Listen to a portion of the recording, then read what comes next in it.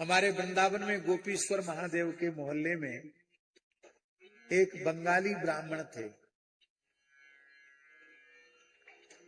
गौड़ीय वैष्णव थे, बंगाली ब्राह्मण थे, संस्कृत के बहुत अच्छे पंडित थे, विद्वान थे।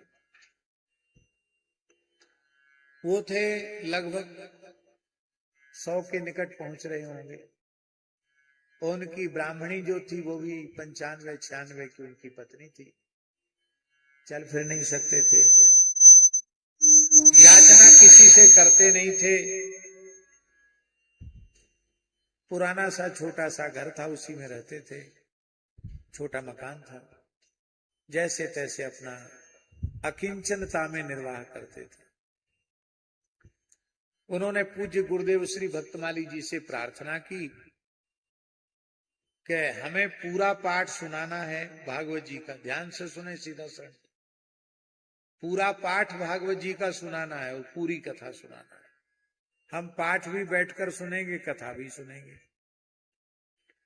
और हमारे पास आर्थिक व्यवस्था नहीं है, लेंगे किसी से फूटी कौड़ी भी हम नहीं। और हमारा जो छोटा घर है उसी में, जिसमें मुश्किल से 8-10 लोग बैठ सकते हैं, उतनी ही जगह में बैठ के आपको कथा कहनी है। एक चौकी लगने के बाद 8-10 लोग बैठ पाएंगे, इससे ज्यादा लोग नहीं बैठ पाएंगे। महाराज जी ने उस वृद्ध वैष्णव विप्र दंपति के भाव को देखकर स्वीकार किया और उच्च स्वर से उच्चारण पूर्वक संपूर्ण श्रीमद् भागवत का मूल पारायण किया। अब एक तो स्वयं पाठ करना तो तीव्र गति से हो जाता है, और श्रोता बैठा हुआ वो भी संस्कृतज्ञ है, वो अर्थानुसंधान पूर्वक श्रवण कर रहा है, तो जल्दी जल्दी उच्चारण नहीं किया जा सकता। 6 घंटे पूरा महाराज जी एक आसन से भागवत का पारायण करते, फिर मध्याह्न में 1 घंटे का विराम, उसी में थोड़ा सा जल वल पीना फलाहार, फिर 6 घंटे एक आसन से कथा कहते, 12 घंटे रोज। माइक की आवश्यकता नहीं थी। माइक की क्या जरूरत, 5-7 लोग हैं तो माइक की जरूरत नहीं। कथा पूरी हुई, कुछ संतों को ब्राह्मणों को जिमाया भी उन्होंने।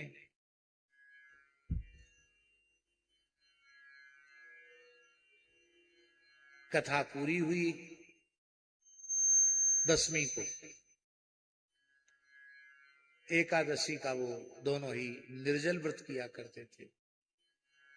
दसवीं को ही भोज भंडारा भी हो गया, और एकादशी को दोनों बंगाली विप्र दंपति ने एक ही समय में एक ही तिथि को भगवत स्मरण करते हुए देह का विसर्जन किया।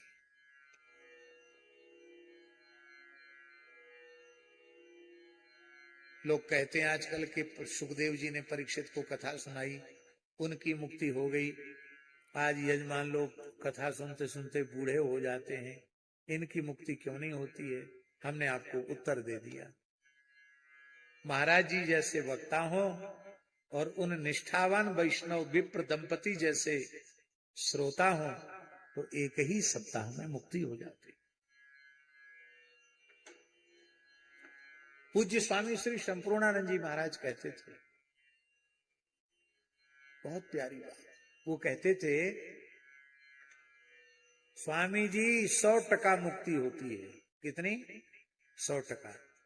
50% सत्संग से हो जाती है, 50% मुक्ति साधक को स्वयं की करनी पड़ती है। ध्यान में ये बात नहीं है, ये बात 50% मुक्ति परीक्षित ने अपनी कर ली। राज्य छोड़ दिया, परिवार छोड़ दिया, पत्नी छोड़ दी, पुत्र छोड़ दिया, धन छोड़ दिया, पद छोड़ दिया, प्रतिष्ठा छोड़ दी, अन्न छोड़ दिया, जल भी छोड़ दिया, गंगा जी के तट पर बैठ गए। लौकिक पारलौकिक भोगों की कामना मन से निकाल दी, मरने जीने की इच्छा भी नहीं रही, केवल एक ही इच्छा रह गई, श्री कृष्ण चरण कमल प्राप्त हो। यह है साधक के द्वारा की गई 50% मुक्ति। इतना काम खुद कर लो तो 50 कथा सुनने से हो जाएगा। खुद तो कुछ नहीं करना है, खुद तो ढाक के 3 पात जैसे पहले थे वैसे ही अब हैं, कोई अंतर नहीं आया। सैकड़ों बार कथा सुनने के बाद भी न छल छोड़ा, न कपट छोड़ा, न दंभ छोड़ा, न पाखंड छोड़ा, न असत्य छोड़ा, न मन में निष्कामता आई, न निर्लोभता आई, न अहम शून्यता आई, न अपना न भगवान के स्वरूप का बोध हुआ, न शरीर संसार से वैराग्य हुआ, ना ही भगवान के चरणों में प्रेम हुआ। तो इसमें दोष किसका है?